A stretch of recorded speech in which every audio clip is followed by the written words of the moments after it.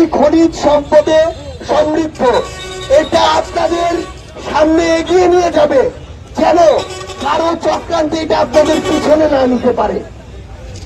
একটা জিনিস মনে রাখতে হবে, একটা খনিজ সম্পদের আধার আপনাদের ভাগ্যকে যেমন প্রসন্ন করতে পারে, আপনাদের ভাগ্যকে বিপর্যস্ত করতে পারে। যে কেউ যদি যত্রতত্র করে এই খনিজগুলোর ব্যবহার করে উত্তোলন করে, আপনার যে ভূস্তর সেটা নিচে নেমে যেতে পারে, আপনার ভূমিক্ষয় হতে পারে, ভূমিধস হতে পারে, পানির স্তর নিচে নেমে যেতে পারে, আপনার যে পানি এই পানি দূষিত হয়ে যেতে পারে, বিস্ফোরণ হতে পারে। এই সামগ্রিক জিনিসগুলো মাথায় রাখবেন।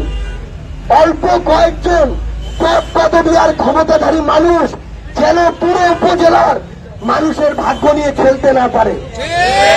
প্রয়োজন হলে আমাদের আসাদ ভাইদের মতো আপনারাও আপনাদের জীবনের জন্য, প্রজন্মের জন্য যে কোনো কারণে যৌক্তিক দাবিতে রাজপথে নামবেন। এবং সেই সময় আমরা জাতীয় নাগরিক পার্টি আপনাদের কথা দিচ্ছি, আমরা আপনাদের সাথে থাকবো ইনশাআল্লাহ। আপনাদের সাথে আমাদের আবারও দেখা হবে রাজপথের সংগ্রামে, লড়াইয়ে। ততদিন পর্যন্ত আপনারা ভালো থাকবেন, ন্যায়ের সাথে থাকবেন, সত্যের সাথে থাকবেন, অন্যায়ের সাথে কখনো আপোষ করবেন না। ইনকিলাব জিন্দাবাদ, জাতীয় নাগরিক পার্টি এনসিপি জিন্দাবাদ।